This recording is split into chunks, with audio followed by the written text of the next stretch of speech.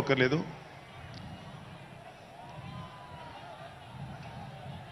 So అయితే ఎన్ని మాట్లాడినా ఒక విషయం అయితే మనం మాట్లాడుకోవాలి. ఒక సినిమా స్క్రిప్ట్ కానీ ఒక ఉపన్యాసం కానీ దానికి కొన్ని లక్షణాలు ఉంటాయి. అంటే ప్రతి స్పీచ్లోనూ ఒక హీరో, అంటే ఒక సినిమాకి చెప్పిన ఒక హీరో, ఒక విలను, ఒక హీరోయిన్, ఒక హాస్యగాడు, ఇలా ఉంటారు. సో మనం వైసీపీ హాస్యగాళ్ళ గురించి చెప్పుకోకుండా ఈ స్పీచ్ని ఎండ్ చేయలేం. ఎందుకంటే జగన్ లాంటి హాస్యనటుడు కనే కళల గురించి మీకు చెప్పాలి. ఆయన ఎలక్షన్స్ అయిపోక ముందు నిద్రలోకి వెళ్ళారు. ఇప్పటికి నిద్ర లేవాలి. అప్పుడప్పుడు నిద్రలో లేచి కలవరిస్తుంటారు. మొన్న కూడా ఒక మాట చూశారు. కళ్ళు మూసి తెరిచేలోగా 9 నెలలు అయిపోయినాయి, ఇంకెంత, ఇంకాసారి కళ్ళు మూసి తెరిచేలోపుగా 5 ఏళ్ళు అయిపోతాయి, ఆ తర్వాత అధికారం మాదే అని ఆయన మాట్లాడుతుంటే అంతకన్నా ఏ హాస్యగాడు కూడా అంత అద్భుతంగా చేయలేడు. అంత అద్భుతంగా హాస్యం చూపిస్తున్నారు ఆయన. కానీ ఆయనకి నా సలహా ఏంటంటే, సార్ మీరు నిద్రలోనే ఉండండి, అప్పుడప్పుడు కలవరించండి, తప్పులేదు. ఇంకొక 20-30 ఏళ్ల తర్వాత మీరు కల్లో నుంచి బయటికి రండి, అప్పుడు దాకా మిమ్మల్ని ఎవ్వరూ డిస్టర్బ్ చేయరు. ఇది నాకు మనస్ఫూర్తిగా నేను మీకు ఇచ్చే సలహా. మీరు 20 ఏళ్ల తర్వాత మేలుకోండి, ఆ తర్వాత మీ ఇష్టం. మేమైతే 20 ఏళ్ల దాకా మిమ్మల్ని హ్యాపీగా పడుకోమనే సలహా ఇస్తున్నాం.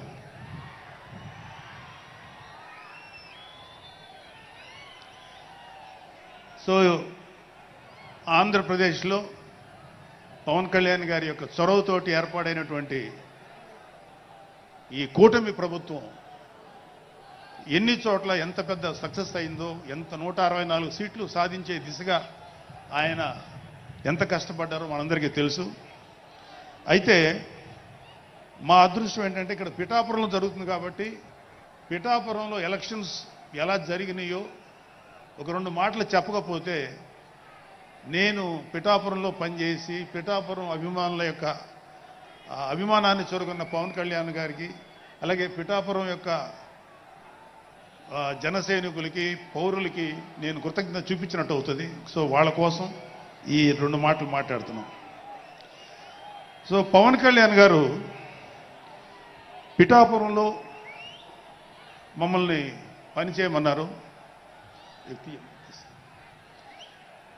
అంటే నన్ను, మా ఫ్రెండ్ అజయ్ గారిని, అలాగే మర్రెడ్డి గారిని, రత్నం గారిని, శంకర్ గౌడు, మహేంద్ర, పంచకర్ల సందీప్, ఇలా మాకందరికీ పిఠాపురంలో పనిచేసే అవకాశం ఇచ్చారు. మేము పని మొదలెట్టిన తర్వాత మాకు అర్థమైంది ఏంటంటే,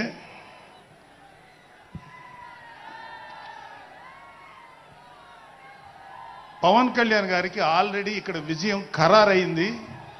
మనం ఓన్లీ పని చేస్తున్నట్టుగా ఉండడమే తప్ప మనం కొత్తగా చేయాల్సిన పని ఏమీ లేదు అని చెప్పి నాకు అర్థమైంది. నాకే కాదు మా అందరికీ అర్థమైంది. సో మేము దీన్ని ఎంత గొప్ప అదృష్టంగా తీసుకుంటున్నామంటే, పవన్ కళ్యాణ్ గారు మీరు పని చేసేటువంటి మేము ఇక్కడ ఏదో పని చేసాం అనే తృప్తి మాకు ఇవ్వటం కోసం ఆయన ఈ మమ్మల్ని అపాయింట్ చేశారు తప్ప ఆయన గెలుస్తారన్నది, ఆయన అఖండ విజయం సాధిస్తారని ఆయనకు ముందే తెలుసు. కానీ ఆ సాటిస్ఫాక్షన్ మాకు ఇవ్వటం కోసం మాకు ఈ అవకాశం ఇచ్చారు. అయితే అది మా అదృష్టంగానే ఫీల్ అవుతున్నాం. చంద్రుడికో నూలు పోగులాగా ఆయన పడిన కష్టానికి ఒక చిన్న పని చేసామనే తృప్తి అయితే మాత్రం మాకు నిజంగానే ఉంది. అయితే ఇక్కడ పిఠాపురంలో పవన్ కళ్యాణ్ గారు అఖండ విజయం సాధించడానికి 2 ఫ్యాక్టర్స్, 2 ఇంపార్టెంట్ ఫ్యాక్టర్స్.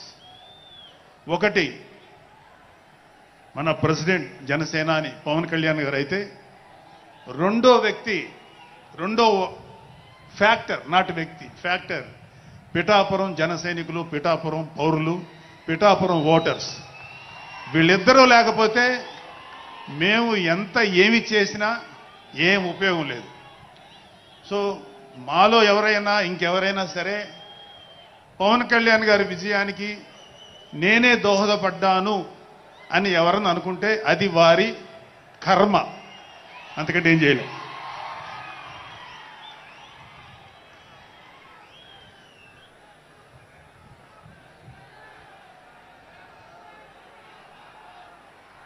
సో ఇక్కడ మన ప్రెసిడెంట్ పవన్ కళ్యాణ్ గారికి ఆయన గురించి చెప్పడానికి ఒక ఇంపార్టెంట్ విషయం చెప్పాలి. అది ఏంటంటే, మొన్న ఈ మధ్యన మా అమ్మగారితో మాట్లాడుతున్నప్పుడు మా కళ్యాణ్ బాబు గురించి ఒక మాట వచ్చింది. యాక్చువల్గా ఇక్కడ నేను ఒక అన్నగా మాట్లాడకూడదు, కానీ నేను ఒక పార్టీ జనరల్ సెక్రటరీగా మాట్లాడాల్సి వచ్చినా కూడా ఒక అన్నగా ఈ ఒక్క విషయం నేను చొరవ తీసుకుని మాట్లాడాలి. సో మా అమ్మని అడిగాను, అంటే ఆవిడ నాతో చాలా ఫ్రెండ్లీగా ఉంటుంది. ఆవిడని అడిగా, ఏదో మాటల్లో వచ్చింది, అమ్మ మమ్మల్ని అంటే ఏ తల్లి అయినా ఒక ఆడతల్లి ఒక స్త్రీమూర్తి బిడ్డను కనేటప్పుడు చాలా నొప్పులు పడుతుంది, అదొక పునర్జన్మ అంటారు. అలాంటిది నేను మా అమ్మని అడిగా, నేను పుట్టినప్పుడు ఏమన్నా పెయిన్స్ అనుభవించావమ్మా అని. మా అమ్మ అంది, నువ్వు పుట్టినప్పుడు నేను అనుభవించినది పెయిన్స్ భూమి మీద ఆడది అనుభవించలేదు, అంత కష్టం పెట్టేవాడు. అది మా అమ్మ చెప్పింది నా గురించి. సరే కళ్యాణ్ బాబు ఎలాగా అన్న. గొప్ప విషయం అంటే నేను షాక్ అయ్యా. వాడు పుట్టినప్పుడు నాకు పెయిన్ అనేది కొంచెం కూడా తెలియలేదురా, అలాగా నాకు పెయిన్ లేకుండా పెయిన్ ఇవ్వకుండా పుట్టాడు. ఈ విషయం నేను కొంచెం షాక్ అయ్యా. అదేంటమ్మా కనీసం పెయిన్స్ ఉంటాయి కదా, ఏమోరా నాకు ఏమాత్రం పెయిన్ తెలియకుండా పుట్టాడని. సో నేనేమంటానంటే, పుట్టేటప్పుడు కన్న తల్లికి కూడా ఏమాత్రం నొప్పి బాధ ఇవ్వకుండా పుట్టిన పవన్ కళ్యాణ్ లాంటోడు, అలాంటి నాయకుడు